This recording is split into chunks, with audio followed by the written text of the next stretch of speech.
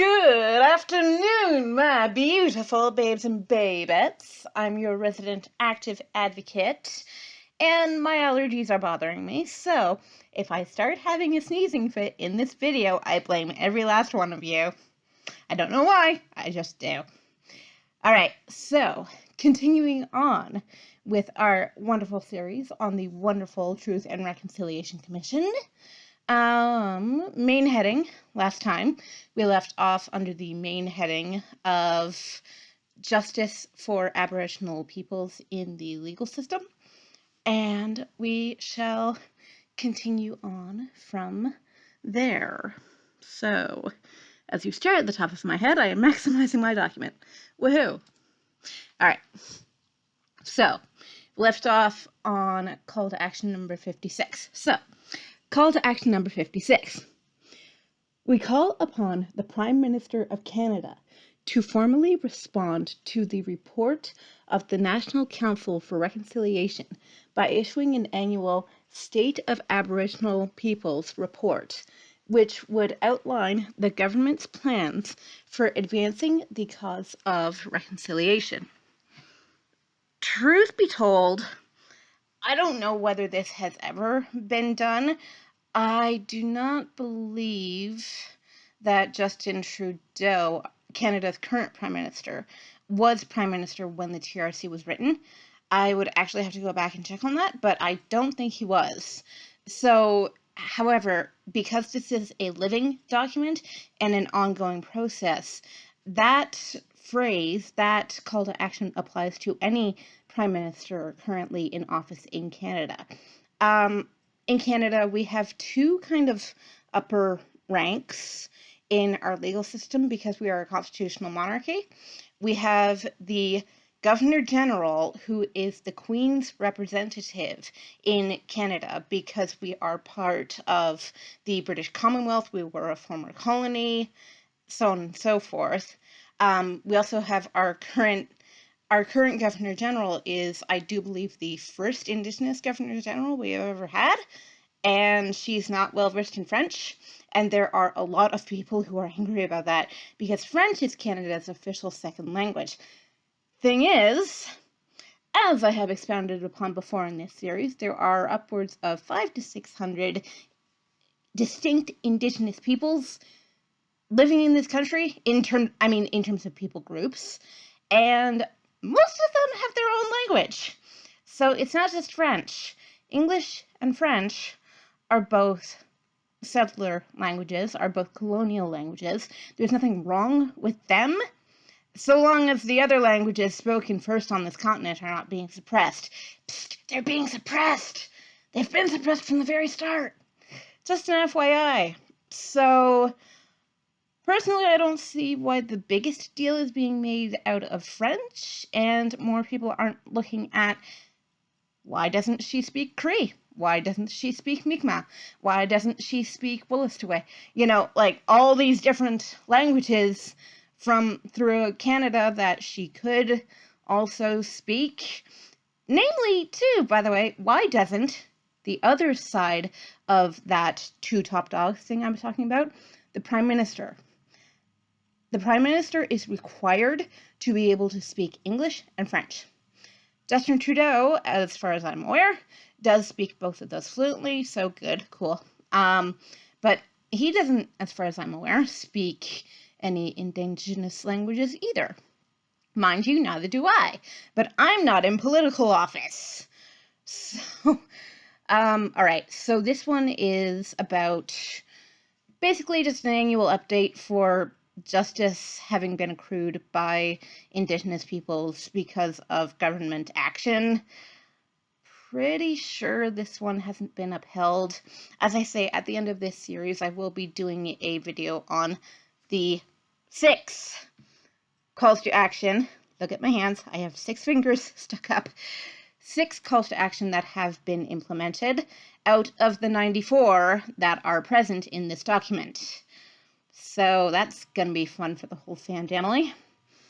I apologize for the side rant, but it's ridiculous, like We demand the cultural integrity of Anglophones and Francophones, but everybody else on this continent?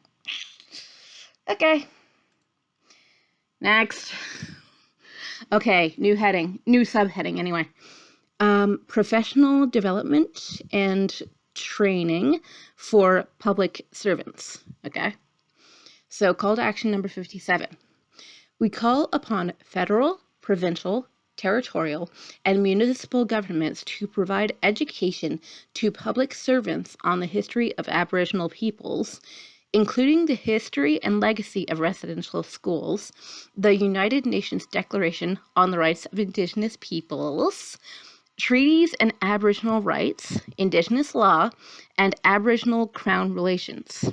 This will require skills-based training in intercultural competency, conflict resolution, human rights, and anti-racism.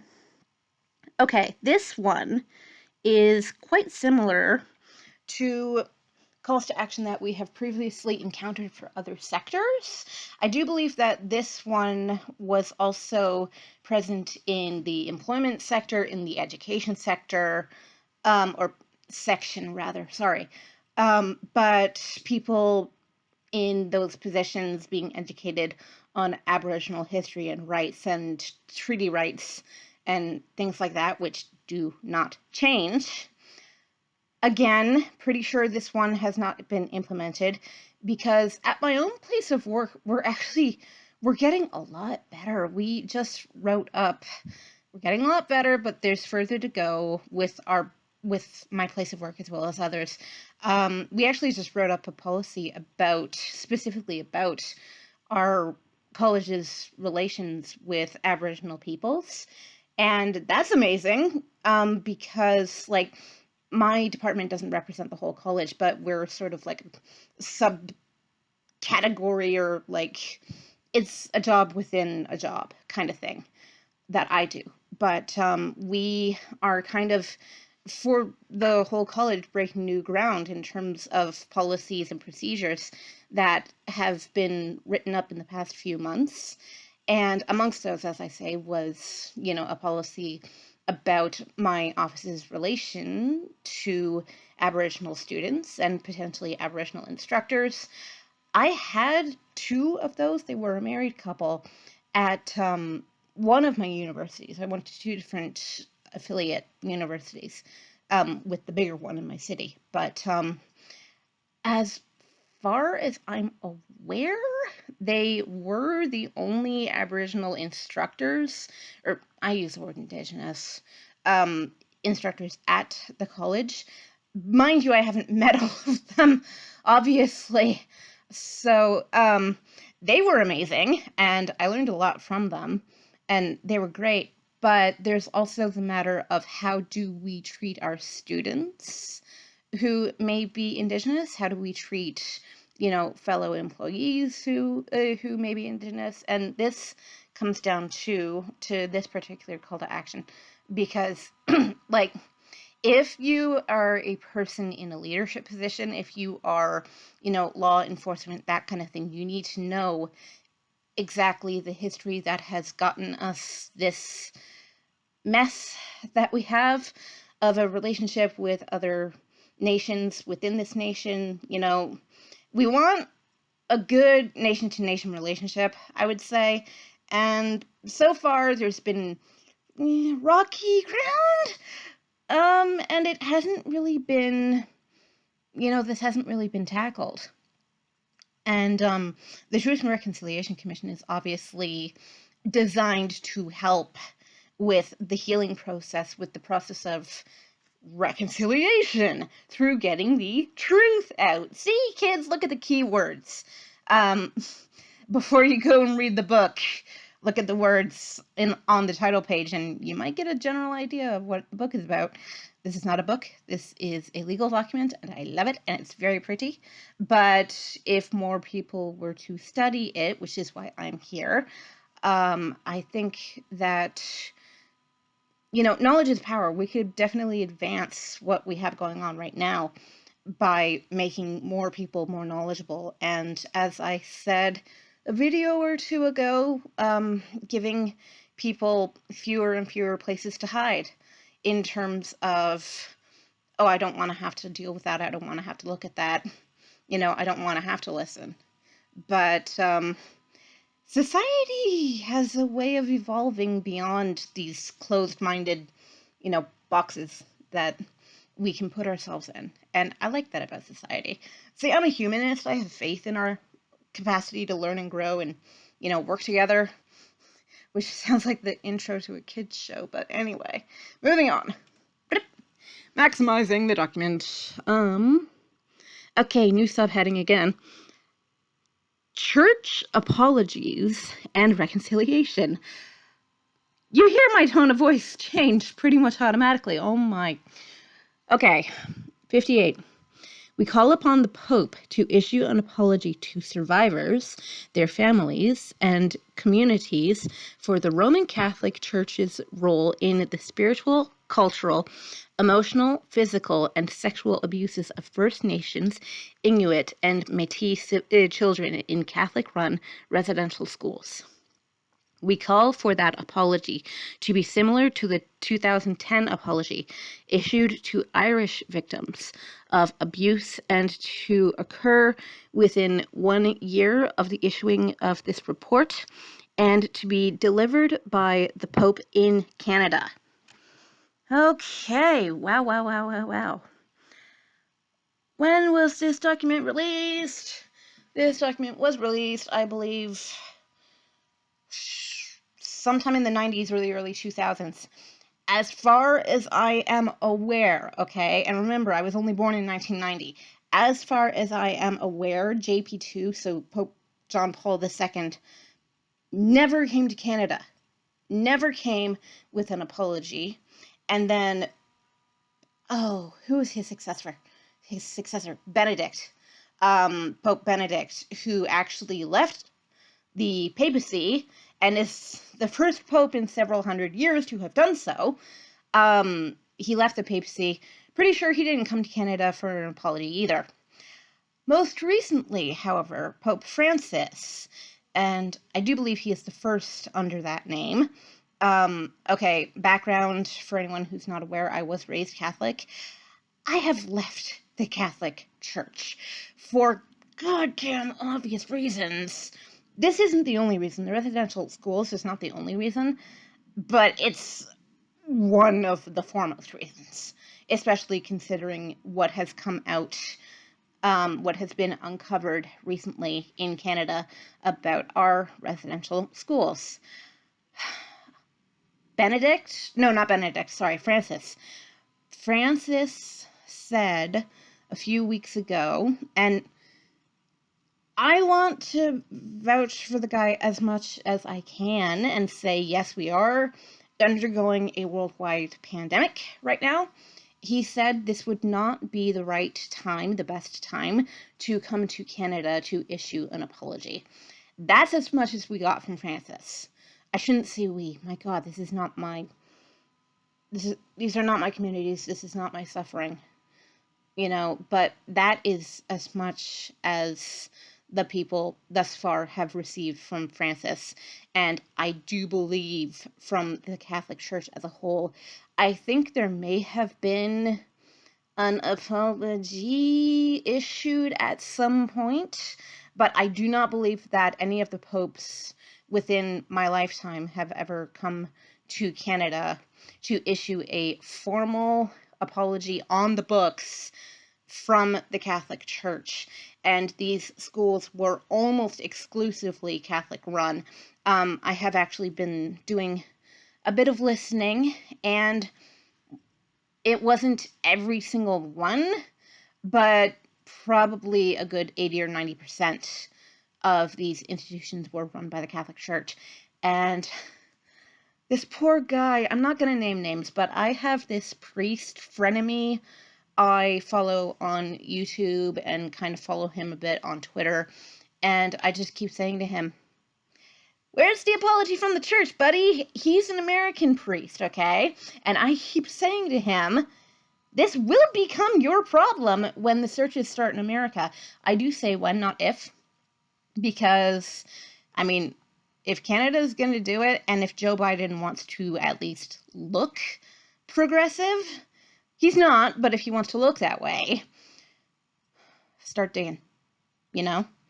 And when this problem goes south, when the searches start in America, what's the Catholic Church going to do at that point? Because America is, at least nominally, the richest country in the world. They have more resources than we do to put into this effort, and they have many, many more people who have suffered from these atrocities than Canada does, given that America has 10 times Canada's population, roughly. All right, so this call to action makes me absolutely furious, because I know that this has not happened. You know, it's any apology that was given was pretty much as half-assed as you could possibly give it. And that's not good enough, says the settler, okay? If it's not good enough for me, and I'm not even suffering here, if this is not good enough for me, how on earth is this going to be good enough for any survivor, for any family member of someone who was murdered? I use the word murdered at these schools. You know, how is it going to be good enough for the dead, since Catholics believe in an afterlife?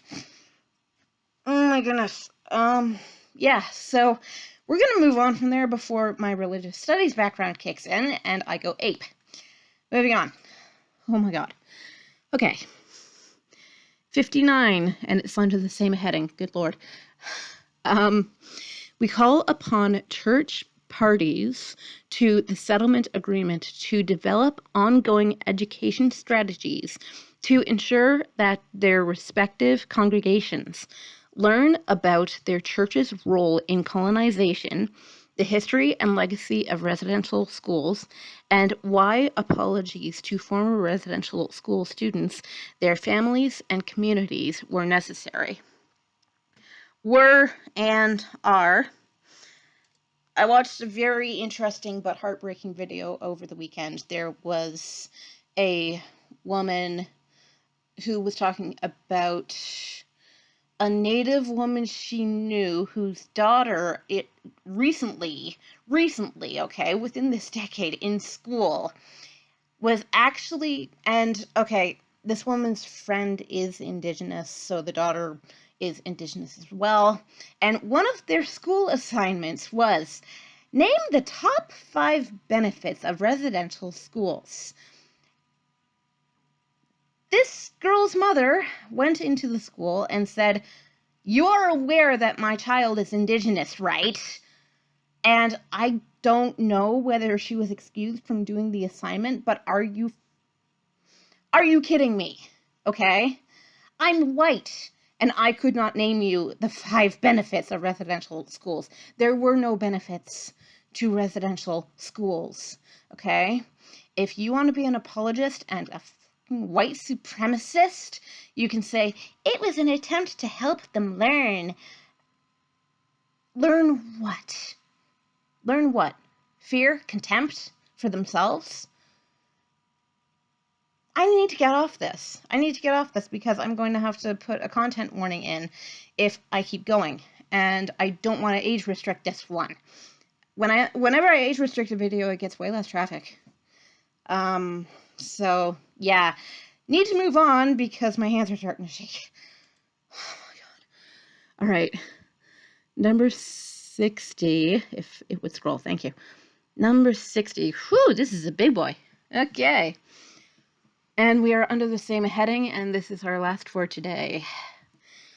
Call to action number 60. We call upon leaders of the church parties to the settlement agreement and all other faiths in collaboration with Indigenous spiritual leaders, survivors, schools of theology, seminaries, and other religious training centers to develop and teach curriculum for all student clergy and all clergy and staff who work in Aboriginal communities on the need to respect Indigenous spirituality in its own right, the history and legacy of residential schools, and the roles of the church parties in that system, the history and legacy of religious conflict in Aboriginal families and communities, and the responsibility that churches have to mitigate such conflicts and prevent spiritual violence. As far as I am aware, and I sound like a broken record, as far as I'm aware, this has never happened. I am female, therefore, in the Catholic Church, I cannot be a seminarian. I cannot study to be a church leader. I do believe in Catholicism, the highest rank a female can get is that of deacon, maybe. But I'm not even sure about that. We're not allowed spiritual authority in the Catholic Church. Another reason why I left. Time-honored misogyny. Time-honored racism, too. And, as I say, as far as I'm aware, this has never happened. I did not know anything about Indigenous spirituality until I took a world religions course in high school. I remember I got a 94 in that course. It was really freaking easy. But it's interesting that that would be taught in world religions, given that we are on the continent where these religions were invented. Okay? So, at least in North America, it's interesting that this would be in a world religions course. What I learned, though, was sort of a melting pot approach, I guess. It's like I remember learning a lot about animal totems, and one specific creation myth, I believe it was the Huron creation myth, Gitche-Manitou, I think, but I'm not positive. Gitche-Manitou and Sky Woman, all right, they're the two progenitors of the human race, of the human species. And, from them all the races of humanity were descended. But even before humanity got here, by the way, because we came out of the sky, according to this myth, but even before humanity got here, there were animals on the planet first. And they kind of founded everything, in a sense, because they worked with Sky Woman to build the continent that became North America. Literally dragged mud up out of the primordial sea. And in the Abrahamic traditions, they have the idea of the primordial sea as well. Sorry, this is me going into full religious studies scholar mode. So if this isn't interesting, you can get out of here if you want. But the idea of spreading mud from the bottom of the primordial sea on the back of turtle. And that's why North America became Turtle Island, which is what it is called by at least the Huron people. I don't know whether that name is universal. I would actually have to ask around. So it would be interesting to know the creation stories, especially of various cultures, or of any culture, of every culture, from around Canada and North America, because, people Indigenous to Mexico, they're going to have completely different stories, because there's a lot less water down there, for one thing, but it's a completely different culture as well. So it would be really, really cool to actually learn the full scope of Indigenous spirituality. And I learned quite a bit more in university as well. I actually even got to make my own drum, which I can't find, and it's really ticking me off. I can't find my drum. And we moved house, which makes it even harder, of course. But yeah, can't find my drum. Wish I could. But yeah, it's a very, very interesting topic to me. But, religious studies is my wheelhouse. It's kind of my thing, which is why this is also my thing. That's a crappy segue, but, the respect of diversity. And there's more than just Christianity out there, folks. And praise be. Sorry, but praise be, there's more than Catholicism out there. Because I'm pretty sure the people are still waiting on that apology for the past 150 years. This is me trying to censor myself, and it's not going over very well. But we're done for today, which is good because I'm getting hot, and I'm also getting angry. So I'm going to go cool off, literally and figuratively. and we shall return to our lovely Truth and Reconciliation Commission, which is very, very lovely, tomorrow. And, oh, by the way, you heard the smile come into my voice when I was talking about the UN Declaration on the Rights of Indigenous Persons, because we will be reading that after we are done with the TRC. And it's very, very pretty, and I love it. And it doesn't make me mad. But it's good that this does. Because if you don't get mad, you're not going to do anything about it. That's the thing. And like I say about guilt, you can sit and wallow in the corner if you want, but I don't think that's the right way to do it. With anger, too, you can... I'm just talking to settlers here, okay? With anger, too. You know, you can go and hurt people, or you could do something constructive. And the angrier I get, the more constructive I can be sometimes. So maybe the TRC is good for me, in more than one degree. Which I believe it is. So we will get back to it tomorrow. And I love you all. Stay nice and cool. And I'll see you later. Bye. Mwah.